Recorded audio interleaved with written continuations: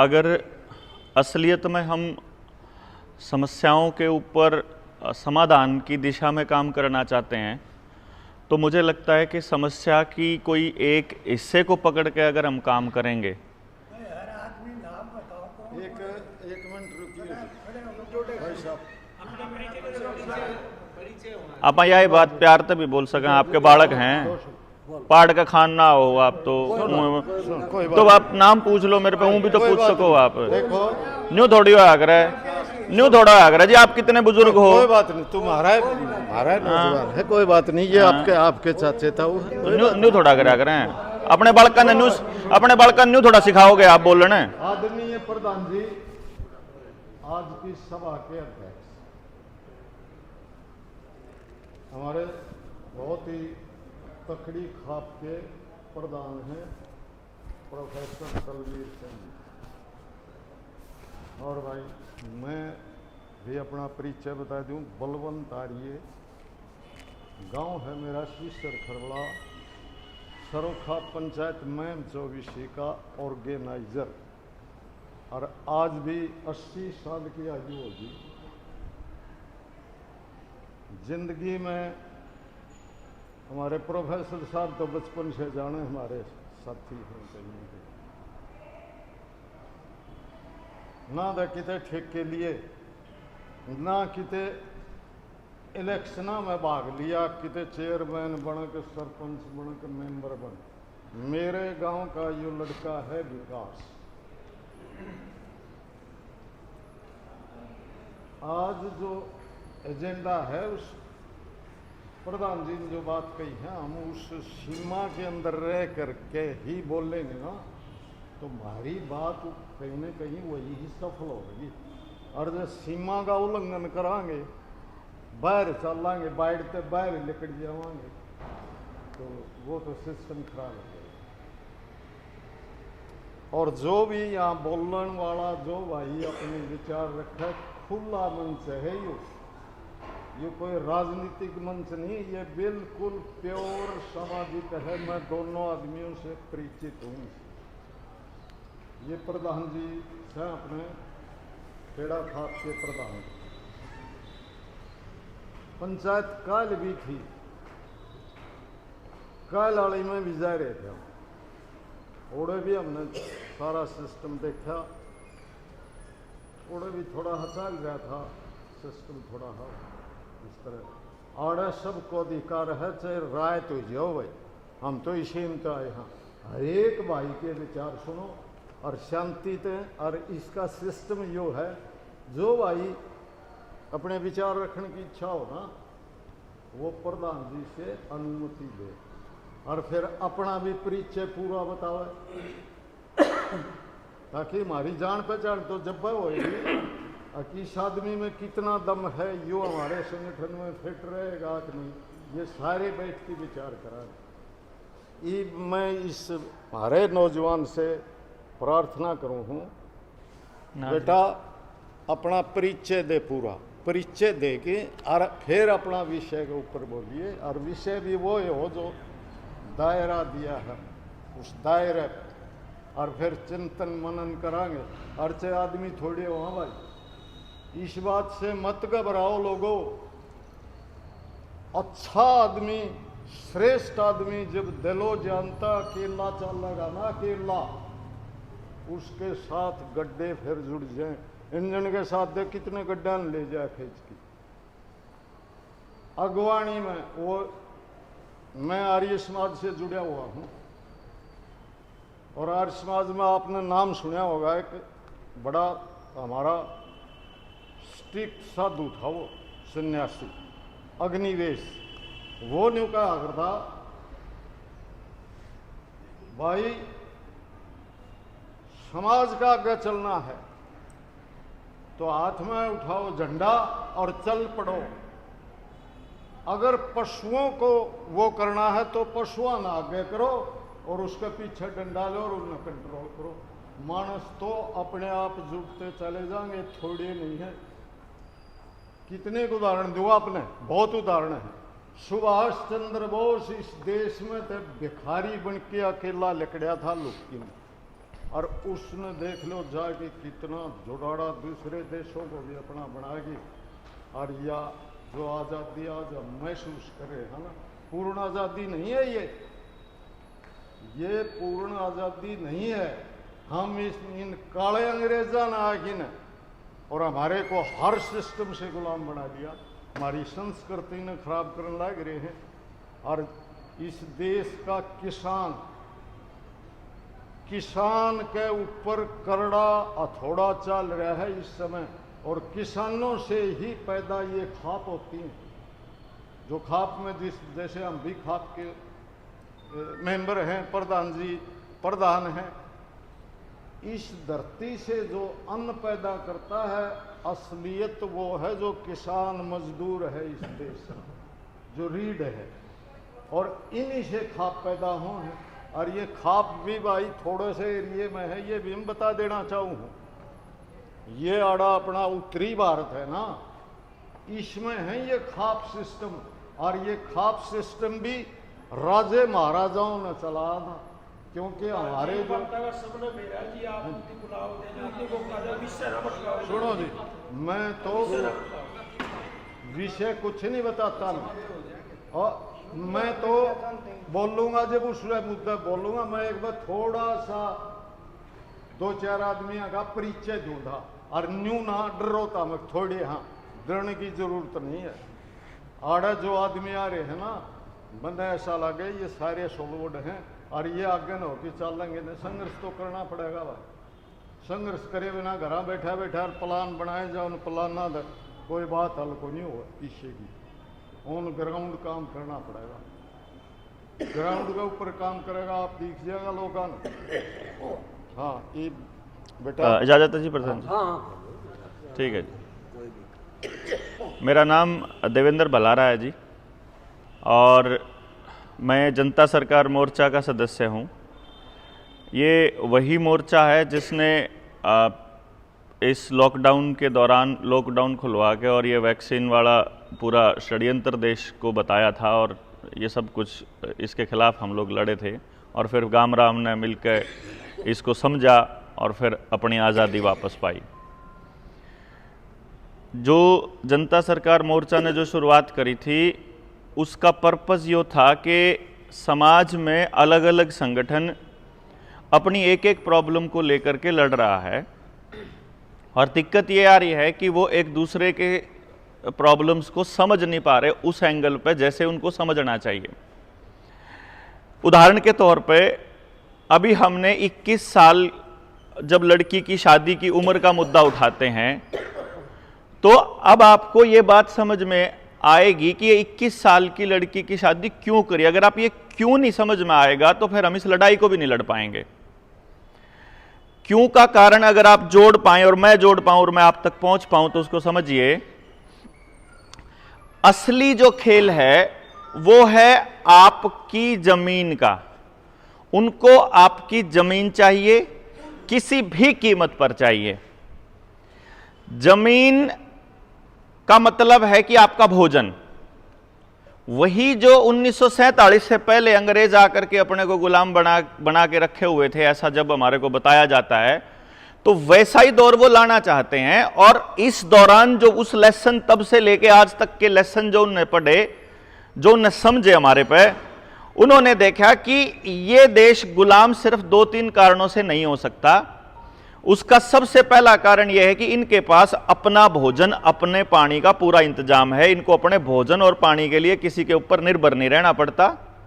और दूसरी बड़ी प्रॉब्लम यह है कि ये लोग अपनी सभ्यता और संस्कृति को अपनी अगली पीढ़ी को जबानी कहानियों के माध्यम से ही दे जाते हैं, जिसकी वजह से आदमी अपनी उस गौरवशाली सभ्यता को संभालने के लिए ही लड़ता रहता है, और उस लड़ाई का उसका जज्बा कभी खत्म नहीं होता, क्योंकि वो अपने आप को ये मानता है कि मेरा इतिहास गौरवशाली रहा है। इस चीज में वो हमको गुलाम केवल तब बना सकते हैं जब उनके पास हमारा पानी और भोजन, ये दोनों उनके काबू में हो, और हमारी अगली पीढ़ी तक हमारा ज्ञान ट्रांसफर ना हो, हमारे जो समझ है वह ट्रांसफर ना हो। तो उसके लिए कोई भी तरीका अपनाना पड़े, उनको पिछली पीढ़ी और अगली पीढ़ी के बीच में दरार और गैप पैदा करने के लिए वो सब करेंगे। तो जब 90 के दशक में विश्व सुंदरियां ऐश्वर्या राय और सुष्मिता सेन को लाया गया था, वो सारा का सारा खेल अगर आप समझो आज के टाइम पे पूरे समाज में समलैंगिकता को बढ़ावा देने के लिए, और कोई भी लिंग इंपॉर्टेंट नहीं है, ना पुल्लिंग ना स्त्रीलिंग, ना लड़का इंपॉर्टेंट ना लड़की, इस भावना को बढ़ाने के लिए अब की बार जो 2023 में विश्व सुंदरी का जो प्रतियोगिता हुई थी, उस प्रतियोगिता में 2 ट्रांसजेंडर्स को लेके गए, 2 किन्नरों को वो लेके गए थे बिल्कुल टॉप के लेवल पे। जिस टाइम पे कीनिया को उन लोगों को मतलब जब साउथ अफ्रीका के जंगल और कीनिया को जब टेक ओवर करना है और वहां मार्केट स्थापित करनी है, तो वो स्थापित वहां होगी उसके जरिए। ये लोग धर्म के नाम पर धार्मिक लोग हैं, भगवान को मानने वाले लोग हैं, तो आप लोगों को टेलीविजन के साथ जोड़ने के लिए इन्होंने रामायण और महाभारत जैसे सीरियल की रचना करी थी। पहली बार राम की शक्ल हमने उसी में देखी होगी मेरे ख्याल, टेलीविजन में ही। उससे पहले तो ले राम का नाम, राम राम भाई, राम बरस गया, राम नगर में कर दी, राम न्यू टिमका न्यू। कहने का मतलब यह हुआ कि अगली पीढ़ी की समझ को तोड़ने के लिए जिस तरीके से मीडिया का इस्तेमाल करके हमको यह बताया गया कि जो नई पीढ़ी है वह समझदार है, पुरानी पीढ़ी को कुछ नहीं पता। पुरानी पीढ़ी तो 16 साल की उम्र में ब्याह करके नाश करा कर दी, और 18 साल की उम्र में, ये 21 साल की उम्र में करके हम बचावांगे। इस टाइप का यो गैप डेवलप करने के पीछे जो मतलब है कुछ और कारण, कि आप अपने बच्चों को नौकरी के पीछे लगा देंगे, जमीन बचाने की लड़ाई नहीं लड़ेंगे। जमीन पीछे से हथियाने के लिए हर आदमी को कर्जदार बना दिया जाएगा।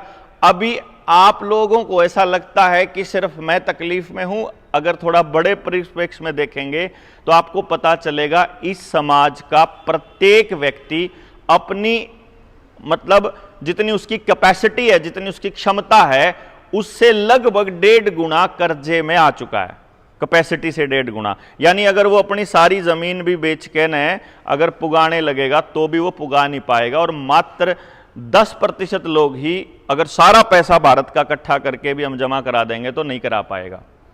अब अगर मैं अपने बुजुर्गों को कैसे समझाऊं कि ये सारा खेल सबको क्रेडिट में लाके सोशल क्रेडिट स्कोर लाने का है, जिसके अंतर्गत सारी सरकारें एक ही तंत्र के पीछे काम कर रही, एक ही तंत्र के अंडर काम कर रही हैं, जिसका नाम है वर्ल्ड इकोनॉमिक फोरम। वो वर्ल्ड इकोनॉमिक फोरम ये कहती है कि 2030 तक हम एक ऐसी दुनिया बनाने जा रहे हैं, पूरी दुनिया की बात हो रही है, जिसमें आपका किसी भी चीज के ऊपर मालिकाना हक नहीं रहेगा। आपके डांगरा का आधार कार्ड बन चुका है, कान्ना पे आधार कार्ड के में लाग लिए हैं, उनकी रजिस्ट्री होकर उस पर लोन लिया जा चुका है। आपके घरों की जो लाल डोरे में जमीन थी वो रजिस्ट्री होकर के उसके ऊपर लोन लिया जा चुका है।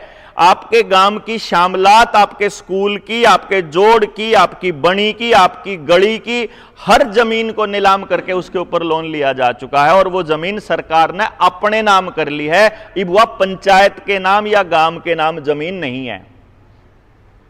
आज अगर बाजार के अंदर नकली बीज दे दे अगर कंपनियां, तो उसके ऊपर कोई कार्रवाई नहीं होती है। तो अगर अगले 2 साल तक ऐसे बीज किसान को मिलने लग जाएं जब उसमें फसल ही ना हो, दाना ही ना हो, है तो भारत को भूखा मरने से बचाने के लिए एफसीआई का गठन किया गया था, जिसके पास लगभग 2 साल का 200 लाख मीट्रिक टन अनाज होया करता। आज एफसीआई के पास गोदामों में अनाज खत्म होकर के सारा अनाज अमीरों के साइलोज में जा चुका है। अमीरों के साइलोज की रक्षा करने के लिए अमीर आदमी अपनी पुलिस और अपनी सेना का गठन कर सकते हैं, यह कानून बना दिया गया है। जब भूखा मर्दा किसान साइलों में अनाज लेने के लिए जाएगा तो 4 साल के लिए ट्रेनिंग कर रहे अग्निवीरों को बंदूक पकड़ा के उन साइलोज पे खड़ा कर दिया जाएगा, जैसा श्रीलंका में इस टाइम चल रहा है। पेट्रोल और डीजल बैन कर देंगे 4 साल में, नितिन गडकरी का बयान उसी टाइम आया था जिस टाइम अग्निवीर की योजना आई थी। 4 साल में ही अग्निवीर तैयार हो रहा है, 4 साल में ही आपका पेट्रोल डीजल बैन हो रहा है। बिहार से खबरें आ चुकी हैं कि कोयले की कमी है, बिजली की कमी है। यूपी में आ चुकी है पिछले हफ्ते। अगले 2-4 हफ्ते में अगर हरियाणा से खबरें आने लगे कि कोयले की कमी है और हमारे को बिजली का ब्लैकआउट हो सकता है, तो फिर आप ये सोच लेना कि वो किस तरफ लेकर के अपने को जा रहे हैं। अब सिर्फ सोचने की बात यह है कि यदि बिजली ना आए हमारे पास गांव में 1 हफ्ता या 10 दिन तक, क्या अपने पास अपना पानी है? ना अपने पास डांगरा ने पान का पानी है जोड़ में, ना अपने पास खुद पीने का पानी है अगर बिजली ना आवे या सरकार ना देवे। ना अपने पास अपना अनाज उगाने के लिए किसान के पास कुछ भी है। अगर पेट्रोल डीजल बैन हो जाए तो खेत में काम करने के लिए किसान के पास बैल भी नहीं है। यानी कि आप 24 आवर और 100% पूरा 100% कंपनियों के ऊपर और सरकार के ऊपर निर्भर हम लोग हो चुके हैं। डांगर का बीज जब कंपनी देना बंद कर दे तो हमारे पे अगला डांगर का 71 खागड़ और जोठे भी नहीं है, खेत का बीज भी नहीं है, और मानस का बीज भी 70% तक नपुंसकता के लेवल पे जा लिए आप। यानी कि असलियत में जो नस्ल और फसल की लड़ाई है, अगर इसको बचाना है तो गांव के पास अपने सर्वाइवल का रास्ता क्या है, अगर ये गांव राम बैठ के चर्चा नहीं करेगा या इसके ऊपर चिंतन और मनन और काम नहीं करेगा तो आप लड़ नहीं सकते किससे ते भी। क्योंकि पिछले 8 सालों के अंदर एक बहुत जबरदस्त काम हुआ है कि आपके आधार कार्ड के साथ आपका बैंक अकाउंट, आपका पैन नंबर, आपका ड्राइविंग लाइसेंस, आपका वोटर कार्ड, आपके घर के कागज, आपके खेत के कागज, आपका बिजली का बिल, आपका पानी का बिल, आपका मोबाइल का बिल, आपका जितने कागज आपके पास हैं और पूरे परिवार के एक नंबर के साथ जुड़ चुके हैं।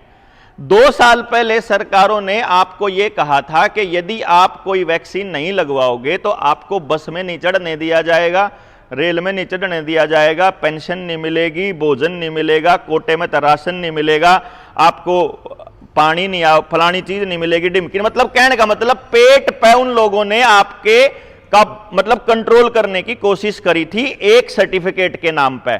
अगली बार उनको ऐलान करने की जरूरत नहीं है, आपका आधार कार्ड बैन कर दो, आपकी जितनी सेवाएं उसके साथ जुड़ रही हैं एक झटके के अंदर पूरे परिवार को घुटने टेकने के लिए मजबूर किया जा सकता है, सिर्फ एक कागज आधार कार्ड के नाम पे।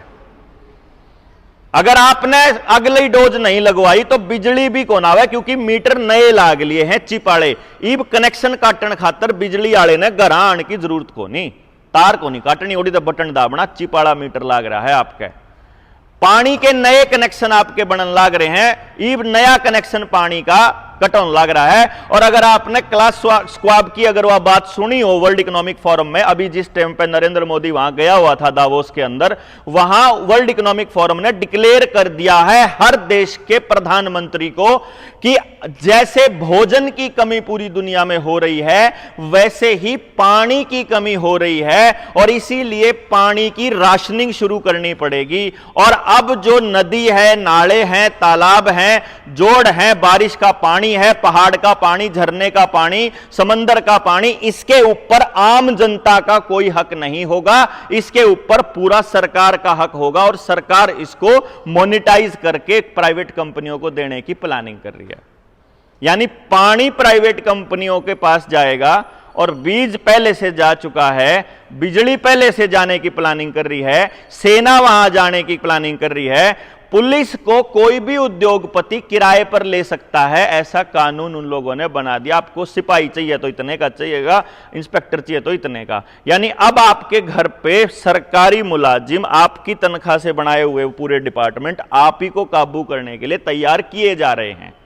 अगर इन चौतरफा घेराबंदी को अगर हम नहीं समझ पा रहे तो फिर हम इस लड़ाई को नहीं जीत पाएंगे। अगर क्योंकि हमारे को समस्या का एक ही हिस्सा दिखाई दे रहा है, हम पूरा ओवरऑल तस्वीर देखने में नाकाम रहे, पूरा as a society, as a समाज।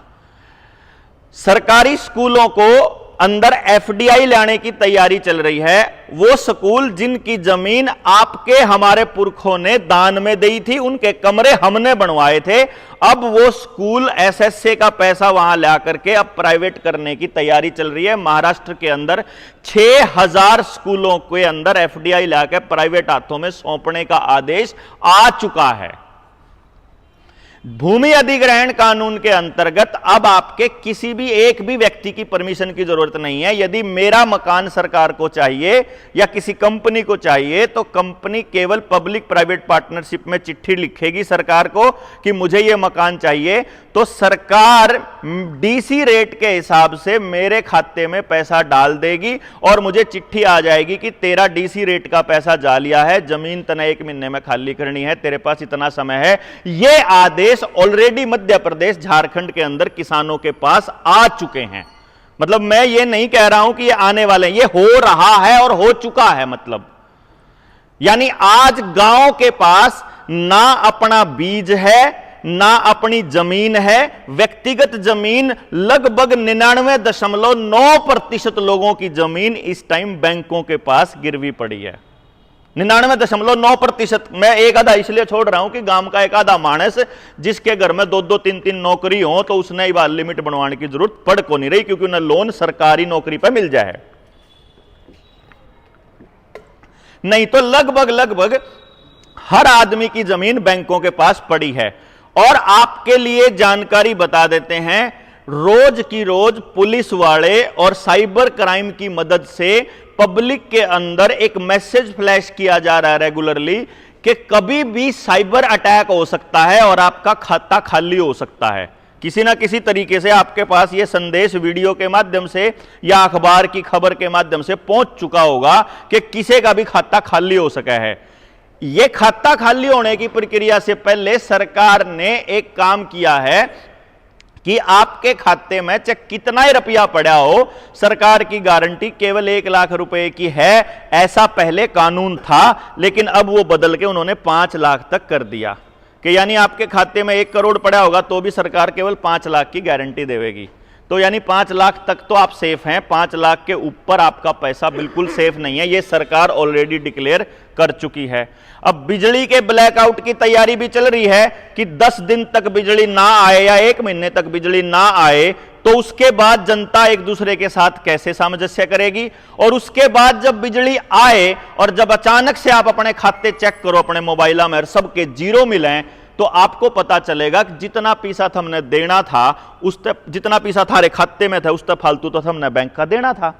इसका मतलब हम ऑलरेडी कर्जे में थे। उसका जो आपका सिबिल का स्कोर है उसको क्रेडिट स्कोर बोलते हैं। क्रेडिट स्कोर को सोशल क्रेडिट स्कोर बनाने की तैयारी चल रही है।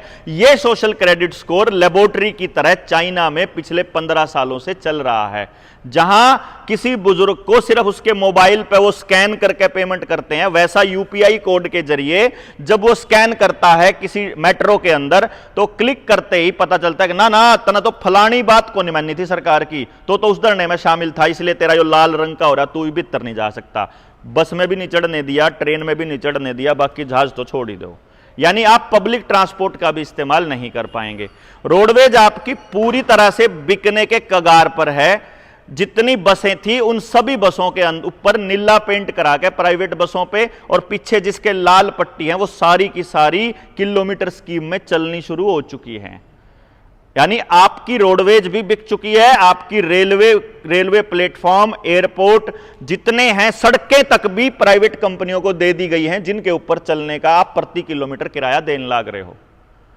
अब ये जो एलिवेटेड रोड है इसको आपने कभी ऊपर से अगर आप देखोगे तो आपको पता चलेगा पूरे भारत को इस तरह से 3 हिस्सों में काटता हुआ। किसानों की समस्या है। बिल्कुल जी, आप बता दो किसान कई बार 1 सेकंड के लिए भी गया हूं तो मैं रोडवेज में किसान का बेटा लाग रहा है जी। एक लाइन भी अगर किसान तक बाहर गया हूं तो मैं बता दो जी। हाँ 1 मिनट जी। चाचा मैंने कुछ नहीं बिगाड़ा आपका, मेरे पे ना छोता रहो भाई। पूरे भारत को समझो जी, देखो ये देखिए एक बात समझिए, मैं आपको 2 चीजें समझाता हूं अगर आपको समझ में आए। अपने घर में बिजली का कनेक्शन हुआ है, एक बल्ब फ्यूज हो जाए सारे घर का कोई फर्क नहीं पड़ता, एक पंखा खराब हो जो कोई फर्क नहीं पड़ता। लेकिन अब दिवाली पापा लड़ी ले आया करा, उस लड़ी में जब एक बल्ब खराब हो जाए तो सारी लड़ी बंद हो जाया करे। फिर वो बल्ब काट कर उसने तार ने जुड़ा करा, फिर वह सारी जड़ा करा है। ये जो सारी की सारी समस्याएं हैं ये उस लड़ी की तरह एक दूसरे तक जुड़ रही हैं। ये इसलिए बोलना पड़ रहा है, नहीं तो मन में कत्ती शौक नहीं है जी, कत्ती भी शौक नहीं है, मतलब ऐसी चीज बोलने का जो आपके काम की ना हो। ये सारी इंटरकनेक्टेड हैं, इसमें तो एक भी मणिया अगर आपका निकल गया तो आपकी माला टूटेगी। और उनने पेड़ा है, इसीलिए हर चीज के ऊपर पैरेलल काम करने लाग रहे हैं। आपके बच्चा की मती मारने खातर उनने टेलीविजन और मोबाइल उनके हाथ में दे रखा है। आपके बड़ा की मती मारने खातर उनने न्यू कह दिया टेक्नोलॉजी आ गई। किसान ने तो जो है बिना उसके मेरी फसल मेरे ब्यौरे के न्यू कह बोला तेरी फसल को नहीं बिकेगी। उसने न्यू कहा कि बिना इंटरनेट के तू सर्वाइव नहीं कर सकता, मंडी नहीं खरीदेगी, और 2 रुपये महंगा जो है वो प्राइवेट कंपनी वाला खरीदेगा। और प्राइवेट कंपनी वाले के लिए नियम बना दिया कि जिस टाइम पे देश भूखा मर रहा होगा, समझियो बात ने, जो खेती के 3 कानूनों में लिख रहा था वो नियम नोटिफिकेशन आ लिया सरकार का। उस खेती के 3 कानूनों में एक बात लिख रही थी एसेंशियल कमोडिटी एक्ट के अंदर, उसमें न्यू था कि अगर देश में एक्स्ट्रा ऑर्डिनरी कंडीशंस हैं, यानी कि सूखा, बाढ़, युद्ध या आपातकाल या चौथी पांचवी स्थिति कोई महामारी है अगर देश के अंदर, तो जब उस टाइम पे कंपनी के पास अगर वो रखा हुआ है अनाज और उधर किसी के पास अनाज नहीं है, एफसीआई के पास अनाज नहीं है, अगर कंपनी केवल एक चिट्ठी दिखा दे सरकार को कि मेरा तो चीन तय 2 लाख मीट्रिक टन का ऑर्डर आ रहा है, मैंने तो एक्सपोर्ट करना है, तो सरकार उसके साइलों में से अनाज लेकर के जनता को नहीं बांट सकती।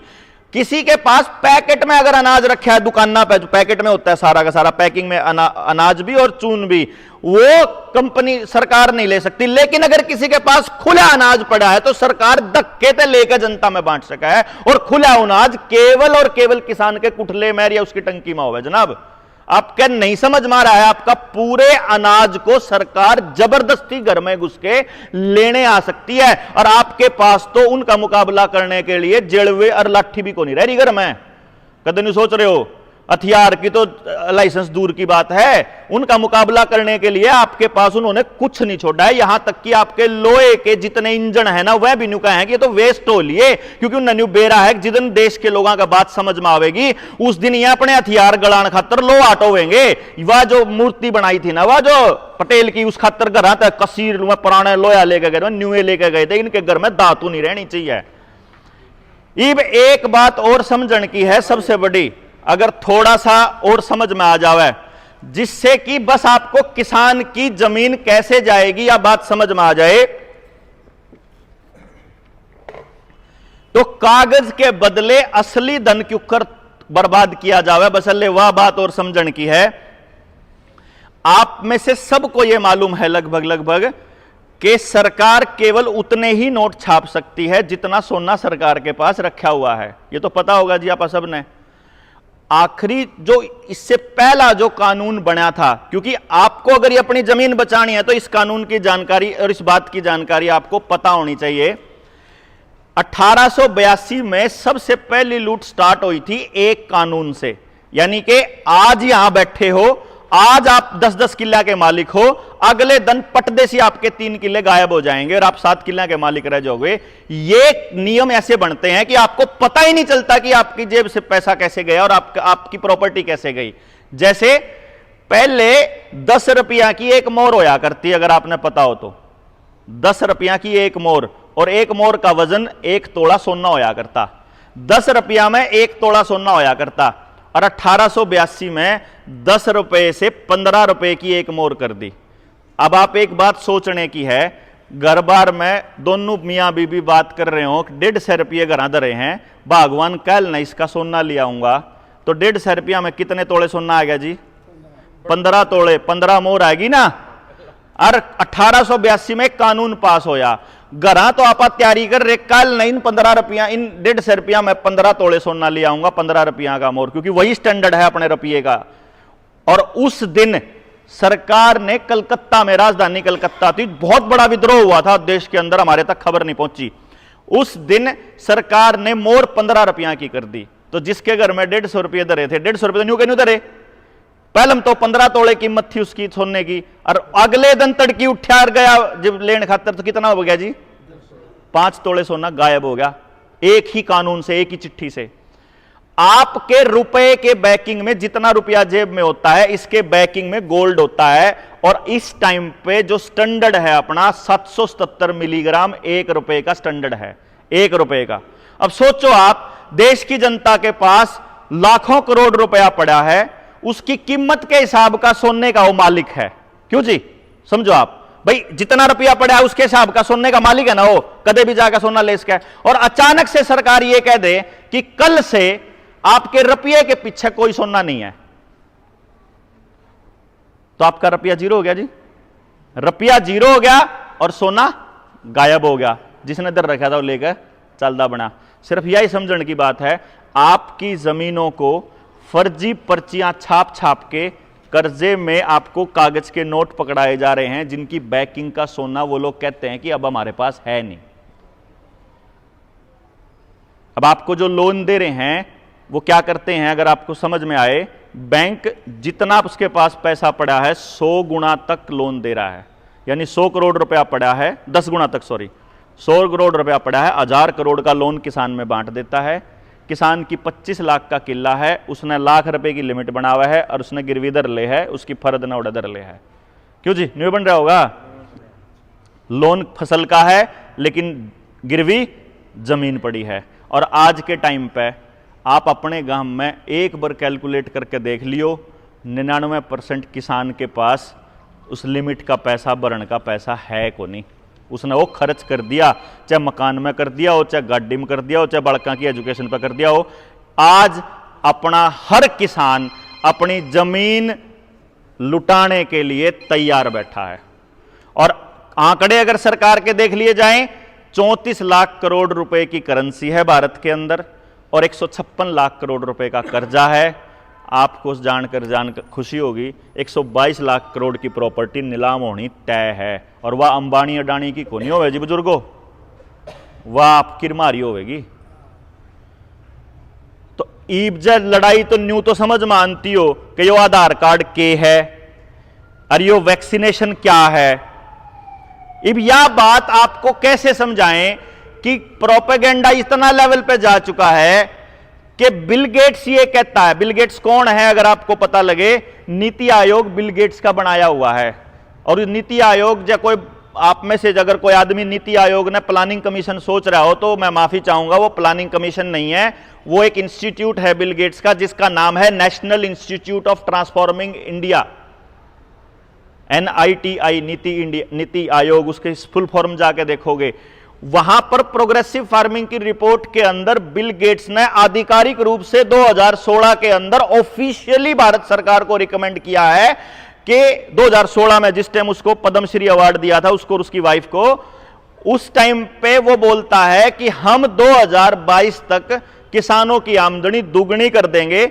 ये बात खुद प्रधानमंत्री ने अपने भाषण में बोलना स्टार्ट किया, लेकिन इससे 2 लाइन छोड़ के एक लाइन और लिख रही है जिसके बारे में किसी ने जिक्र नहीं किया, जिसमें भारत सरकार को वो रिकमेंड कर रहा है कि 2022 तक 50% किसान खेती से बाहर होने चाहिए, चाहे कुछ हो जाओ, तभी तो दुगनी होगी उतनी जमीन पे। लिखा हुआ ये ऑफिशियल डॉक्यूमेंट है, कदे नहीं सोच रहे हो कि या कोई कहने की बात है। अब आपको यह समझने की बारी है कि किसान के आपके गांव के आसपास या तो कोई इथेनॉल का प्लांट लगाने की तैयारी चल रही है, या कोई ना कोई हाईवे निकाल के या कोई ऐसी चीज निकाल के एक्वायर करने की तैयारी चल रही है, या कोई गार्बेज का, कूड़े का ढेर बनाने की तैयारी चल रही है, या कोई शुगर मिल या कोई दूसरी फैक्ट्री खोलने की तैयारी चल रही है। उसका कारण यह है कि हर गांव के पास आसपास ऐसी जगह होनी चाहिए जहां से हर गांव में या तो बदबू आती हो, या राखी आती हो, या उसकी वजह से उसके रोडा पे ट्रांसपोर्ट ज्यादा हो, जिस तक गांव के आदमी दुखी हो जाएं। गांव में एजुकेशन नहीं होगी, गांव में रोजगार नहीं होगा, ताकि गांव का आदमी खुद अपनी औलाद ने शहर भेज दे। और शहर में भेजना ही षड्यंत्र है उनका, क्योंकि जब तक आदमी का खिंडकर उसकी धोती रहेगी तब तक देश का कानून उसके ऊपर लागू नहीं रह सकता, ये उन्हें पता है। तो आपकी औलाद को नई ड्रेस देना, नई सोच देना, नई जगह देना, नई नौकरी देना, ये आपके गांव को उजाड़ने की तैयारी है। 2.5 लाख एकड़ जमीन केएमपी के आसपास एक्वायर करने की नामदेही हो चुकी है। आपके गांव को वहां शिफ्ट करके कबूतरखानों में रखने के लिए दीनदयाल उपाध्याय आवास योजना चल रही है, जहां एक ही टाउनशिप में पूरा गांव बच सके है। अगर जय आप बात आज समझ में ना दियो बुजुर्गो, तो 10 साल पाछा आ जाएगी, जिब लड़ लियो, 15 साल पाछा आ जाए, जिब लड़ लियो। लेकिन अगर जब पूरी बात न समझे बिना लड़न चाल पड़े, तो आपा जुकर 13 महीने ओड़े खराब कर दिए, 13 साल और खराब कर देंगे, हासिल कुछ नहीं होना।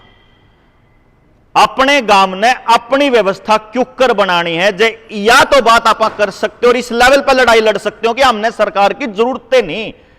सरकारी कर्मचारी का गांव में एंट्री बैन जब तक नहीं होगा ना, तब तक आप गांव की सभ्यता संस्कृति को नहीं बचा सकते, चाहे कितना ही हंगा ला लो, कितना ही जोर ला लो। जब तक पुलिस गांव में नहीं बढ़ी थी ना, और जब तक सरकारी लोग गांव में नहीं बढ़े थे, सरकारी डॉक्टर पहले हम गांव में आया था, बीमारी बाद में आई। डांगरा के डॉक्टर पहले आए थे, बीमारी बाद में आई। ट्रैक्टर पहले आया था, डांगर गांव फिर लिकड़ी। इन्होंने पूरा गेम प्लान के तहत पूरा का पूरा गांव बर्बाद किया है। और इतनी बड़ी प्लानिंग से लड़ाई प्लानिंग से लड़ सकते हो, खाम खाई भावना में आकर नहीं लड़ सकते। तो सारी बात ने समझोगे आप लोग, और सारी बात के इसे हिसाब से लड़ाई लड़ोगे। इस उम्मीद में हम आप लोगों के पास आए हैं, आपके चरणों में अर्जी देना है यहाँ कि जो 19 नवंबर ने जनता सरकार मोर्चा ने नस्ल बचाओ रैली पे जो आप लोगों को कहा है कि आप आवेदन आपके बीच में है कि यह सारे मुद्दों पर लड़ना पड़ेगा अपन, जय इन पर लड़ना आपका आशीर्वाद और आपके सहयोग हो, तो शायद हम कुछ अगली पीढ़ी ने दे पावा जी। नमस्ते।